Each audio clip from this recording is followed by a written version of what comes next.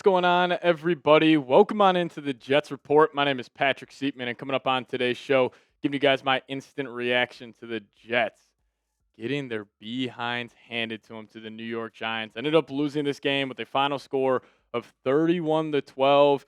And watching the second half of this football game, I'm just kind of tired of the preseason.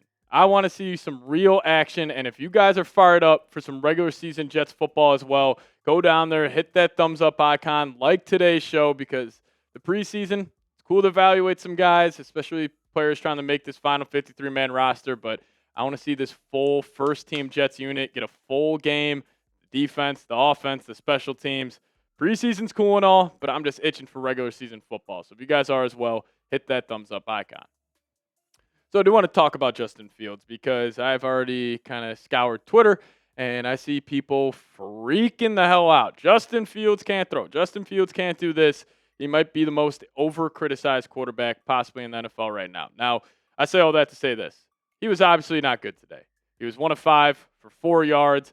I didn't really felt like he was getting through his reads too well. He wasn't seeing the field as well as he did, at least against the Green Bay Packers. And the one thing that was a little concerning on a couple of big-time third downs, I felt like he kind of narrowed in on Garrett Wilson where, against the Packers, yes, Garrett Wilson was obviously his first read, but what did we see him get to? He got to a guy like Andrew Beck. We didn't see Fields get to that second and third option. Now, also, I think that was a combination with the Jets' offensive line, not having a great performance against the Giants' defensive line, which is the best in the National Football League. It was a great litmus test. And then one viral video going out right now of Kayvon Thibodeau kind of crossed over Armand Membu. Obviously, that was not a good look for Membu, but another 5 pass blocking snaps did not allow pressure. But there is no doubt this was not a good day from Justin Fields, but this is going to happen. Honestly, I think the first 2 preseason games are a great look at how the regular season is going to go. Where I think Fields is one of those guys where he's like a microwave shooter in basketball. Where he sees those first couple of completions go through, he could get hot and he could really start cooking. But then we also saw today he can struggle a little bit. But I'm not hitting the panic alarm by any means where it's like, oh, Justin Fields is not that guy after 2 preseason drives against a defense on paper in the Giants that should be pretty solid. So stats don't look good. Eye test didn't really look good. I did like that one run he had to pick up a first down, but I'm expecting we'll see some better football from Fields throughout the whole season than what we saw today against the New York Giants. But I do want to show some love to this guy, Braylon Allen. Every time this man touches the football, he just impresses me. Honestly, I think he is faster than Breece Hall at this point. I think he is more explosive. He obviously finishes his runs better. I mean, the amount of times today where he's almost got this little pitter-patter step in the hole where even if it's a defensive lineman, linebacker cracking down on him, where I felt like maybe last year he just tried to put a shoulder into him, run forward, but he'll try to make a miss, and then he'll fall forward for those extra yards. So it's just a great combination he's starting to get where he realizes, like, yeah, I'm a big body running back. I can put my shoulder in the guys and fall forward for an extra 2 or 3 yards, but also he's starting to realize I can make dudes miss in the hole. Every single time this guy touches the football, I feel like it is a positive play for the New York Jets, and I expect him to have a whole lot of touchdowns this year. And I wouldn't be shocked when we're looking up at the end of the season. We're like, damn, Braylon Allen had 50 more carries than Breece Hall. I think he's that special. And I don't even mean this as like a slight to Breece saying he'll get more carries because I still think Breece is a fine running back in the NFL. I just think us Jets fans maybe need to start treating this guy like he could be a star. Like he could be a top 10 running back in the league at that position. So all love to Braylon Allen. He looked good today. And then Breece Hall, raw numbers aren't going to blow you away, like 7 carries, 26 yards. I felt like he had a couple runs where he was just, running into his offensive lineman, but he also showed some pop, especially on that 1 12-yard carry he had. So it's just, getting more comfortable with this new offensive line, getting more comfortable with this scheme because Breece is, at his core, a home run hitter where it's like he'll set up holes, then he just puts his foot in the ground, then he's getting north and south. That can take some time, especially for running backs because, listen, you can get a good look at training camp. But it's nothing like when you're actually out there and these guys are actually tackling. So I think Breece Hall, he showed me at least just some flashes today that I appreciate. But him and Braylon Allen in this Jets running game, even though the Jets offense only put up 3 points for the first team unit in 2 drives, them running the football on that Giants defensive front was a huge bright spot in this blowout loss. And, they're 31st in rushing this past season. I expect the Jets to hop in the top 10 when it's all said and done after this year. But you guys got to be honest with me. I see Jets fans already crying on Twitter saying Justin Fields is cooked. He can't throw the ball, yada, yada, yada. I'm not concerned at all. But maybe you guys disagree with me. Let me know your thoughts down below in the comment section. Are you concerned about Justin Fields? Give me a Y for yes or give me an N for no down below. Now we'll talk about Brady Cook, Adrian Martinez, and also Arian Smith. Got to show him some love here in a second. But if you guys want to get some more New York Jets merch in your life, hit this link, chatsports.com/Jets hoodies. It is on sale right now, so take advantage of it before it's too late. I think this thing is awesome, and it even looks better in person when you get it. So hit that link, chatsports.com/Jets hoodies. All right, let's talk about QB2 with Tyrod out. But Adrian Martinez, I thought he looked really good early. He was attacking the middle of the field well.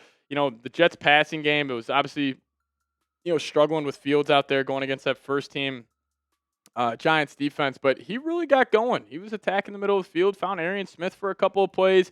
Then he also had that terrible interception, I will say. It was a 3rd and 4 situation. Jets are around their own 40. He made a good play with his mobility, getting outside the pocket. It was collapsing, but that's just one of those plays, dude, throw it out of bounds, live to see another down, set your defense up where, you can punt the ball, pin them inside the 10. Instead, you handed the Giants a short field.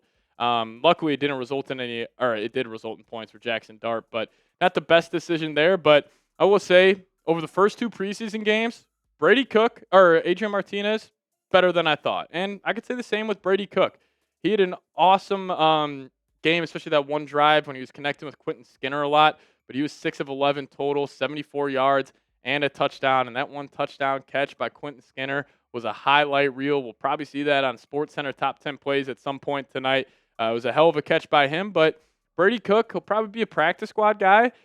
But I could see him bouncing around in the NFL for a little longer than I thought, because at least what he's showing me in the first 2 preseason games was better than what he showed on tape back at Mizzou. So I will give Brady Cook some credit. He at least can go out there and run an offense at a high enough level where you can at least get a good look for a couple of the guys around him. But Arian Smith, he was about 1 or 2 plays from really having a monster performance. Like this one play in the second half, Adrian Martinez, he was sitting in the pocket. Arian Smith was running like a deep crosser. He threw it up top to him, which, throwing it up top to Arian Smith is a decision by Adrian there. But he almost came down with it.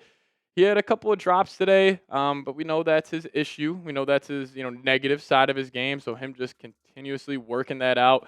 But he also showed flashes. And then plus a guy where you think of him as a speedster, the fact that he was dominating the middle of the field, not afraid to get hit, I think that's a huge positive in terms of just his mindset out there. So he really impressed me.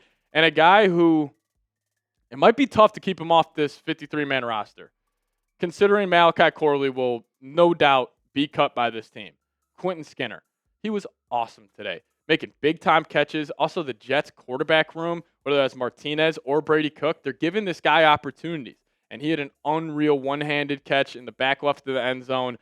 Good hands, good size. He's a physical receiver as well, which I like. And he had himself a day. 4 catches for 48 yards. And, Brandon Smith might be Adrian Martinez's best friend outside of the game, because he kept looking his way and he kept on getting open. But having that other big body wide receiver, I think him, Quentin Skinner, those are 2 guys that are probably fighting to make this team at the wide receiver spot, because you got 4 locks: Wilson, Lazard, Reynolds, Arian Smith.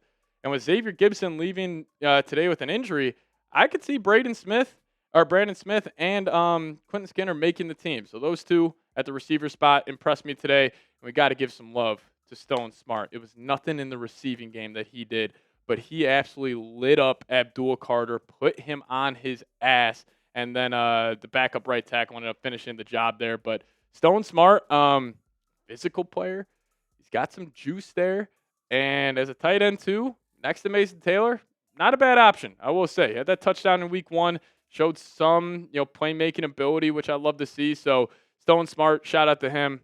Even though the game was an absolute blowout, there were still some guys that ended up popping and having a couple wild plays. But the Giants' backup defense just got shredded by Jackson Dart. And again, when you're second and third stringers, you're going up against a guy like Dart and creative mind and Brian Dable.